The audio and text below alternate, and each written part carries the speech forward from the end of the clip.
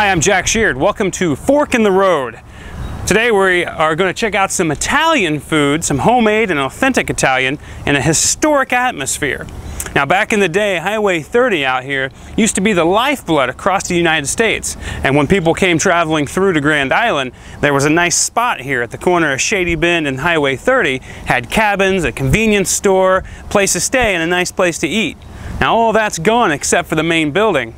And the main building is now a nice Italian restaurant by the same Woodward family that owned it back then. Fork in the Road is going to check out Shady Bend. On the inside, you can see some of the history behind Shady Bend. In the kitchen, Karen will be making us fresh meatballs, salad dressing, and their new unique chicken Alfredo pizza. A lot of people will make meatballs with just hamburger. I like to make it with hamburger with a little bit of pork in it. It kind of gives it some extra flavor. And I've been making this for a long time, and I've kind of played with the recipe a little bit. So with a little bit of pork is always good. So use a little bit of pork. We'll put a couple eggs in there. That'll kind of hold it together a little bit. A little bit of pepper. This is Italian breadcrumbs, so that you have a little bit of the Italian seasoning in it, but not a lot. That also helps put it together a little bit. What's an Italian dish without garlic? And some people will say you can never have too much garlic, but sometimes you can. A little bit of garlic. Oh, you put a little bit of parsley in here. Last but not least, some good Romano cheese, and we just freshly grated this morning. Romano? Romano. Not Parmesan? No, not Parmesan. Romano has a little bit stronger flavor than Parmesan. A little bit of water. Hold up, the Romano will hold up during the baking process a little bit better than the Parmesan. Yeah. So take that, and then I just mash it with my hands, okay? I make these into about a golf ball size, and I put them on the... We make these probably every day, and it doesn't take long. Like you've seen me, it doesn't take long at all to make the meatballs. And everybody appreciates homemade meatballs. Absolutely. They're done. All right. I'm going to put them in here. In a convection oven, it doesn't take as long. While the meatballs cook, let's see what goes into Shady Bend's popular Italian-style salad dressing. This is the Italian house dressing that we make here, and it's made.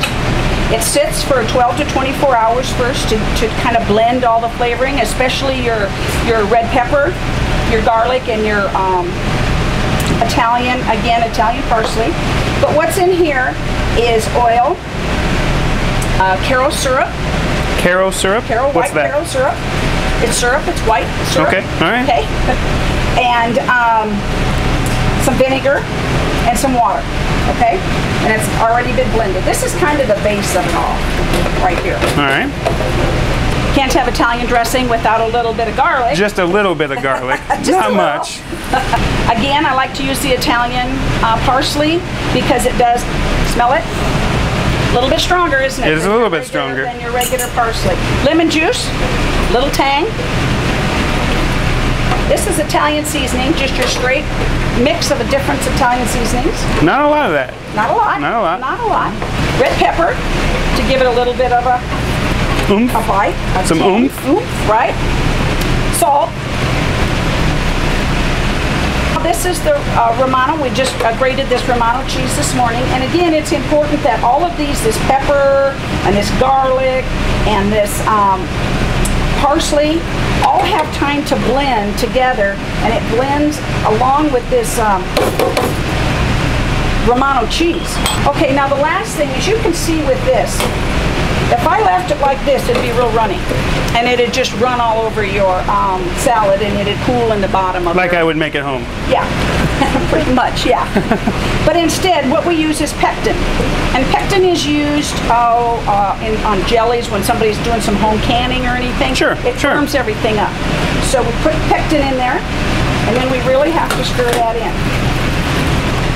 Your Italian dressing, house dressing that we make. Now that the dressing is resting, it's time to make the last item of the day, chicken Alfredo pizza. And it's on the flat. We get it warm. It kind of looks like we get these crusts. This is the the stone fire naan, right? Right, exactly. Put it over here. Actually, we'll put it right on there. All right. I'm going to Spray it a little bit with butter. And we'll take a little Alfredo sauce.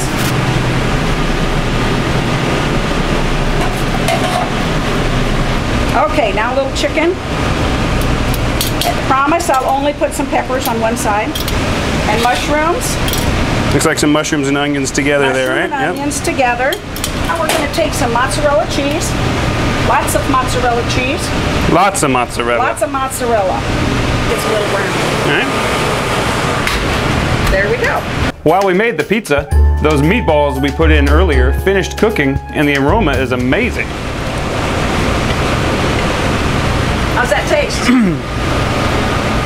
That sausage tastes great in there. It adds something different. You're right, having the pork in there versus just the beef adds a different flavor. It gives it more of that Italian, you know, the seasonings come through, and that's good stuff. I'm excited to taste it with the sauce on it next. The meatballs are great, but I can smell that pizza cooking too. It's ready to eat after only about 5 minutes in the oven. I also want to dip into some of that homemade salad dressing we watched being made earlier.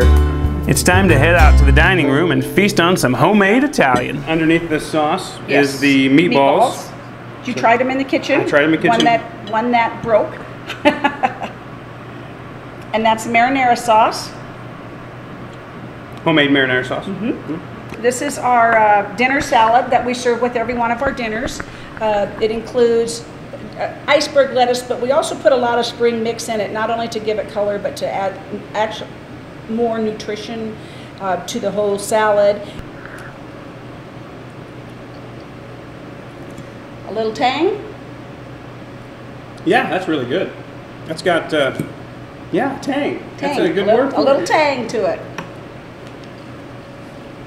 Of course, I love black olives. The veggies, the black olives. It's pretty popular stuff, I bet. Yes, it is. Let's give her a taste. First of all, the crust. Such a unique crust for a pizza. It is a unique crust. We looked for a while till we could find that. Pizza with shrimp on it is very good. We have a shrimp pizza. That's a good pizza. That's good. I like the, like we said, the fresh crust, that stone fire flatbread. It's kind of what it is. And then the sauce, the Alfredo. Yeah, you like the Alfredo? It's good stuff. Mixed with the chicken and I like the peppers, and I'm not a mushroom guy, but those taste good on here too. I just can't get over the opportunity everyone has to eat at this historic place. The meatballs, salad dressing, and pizza definitely hit the spot and cured my hunger for fresh, homemade Italian. I want to thank Karen for her hospitality. You know, this is a great place to bring your family and check out the historic landmark from Grand Island. The cool photos on the wall, the old memorabilia. And oh yeah, the food's pretty dang good too. So until next time, thanks for joining us on Fork in the Road. We'll catch you later.